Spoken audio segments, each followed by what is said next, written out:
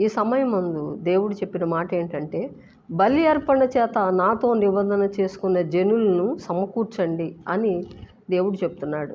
అయితే బలి అర్పణ చేత ఎవరైతే నిబంధన అంటే దేవుని దగ్గరకు వచ్చి బాప్తిసం పొందినటువంటి ప్రతి ఒక్కరు కూడా దేవునితో నిబంధన చేసుకున్నవాళ్ళు, దేవునితో నిబంధన చేసుకున్న వాళ్ళు. కాబట్టి దేవుని స్తోత్రం, మనం ఎలాగుండాలంటే దేవునితో మనం ప్రమాణం చేసాం. దేవుని స్తోత్రం, నువ్వు ఎంతవరకు ఆ ప్రమాణం నిలబెట్టుకున్నావు దేవుడు అడుగుతున్నాడు. కాబట్టి దేవుడు మనల్ని తన వెలపెట్టి దేవుడు మనల్ని కొనుక్కొని ఉన్నాడు. అంటే దేవుడికి మనకి మనం నిబంధన కలిగినటువంటి వారు. కాబట్టి దేవుని యందు భయభక్తులు కలిగి దేవుని స్తోత్రం ఆయనతో మనం నిబంధన చేసుకొని అంటే ప్రమాణం చేసి ఉన్నామని తెలుసుకొని దేవుని స్తోత్రం దేవుణ్ణి మనం ఎడతెగక దేవుణ్ణి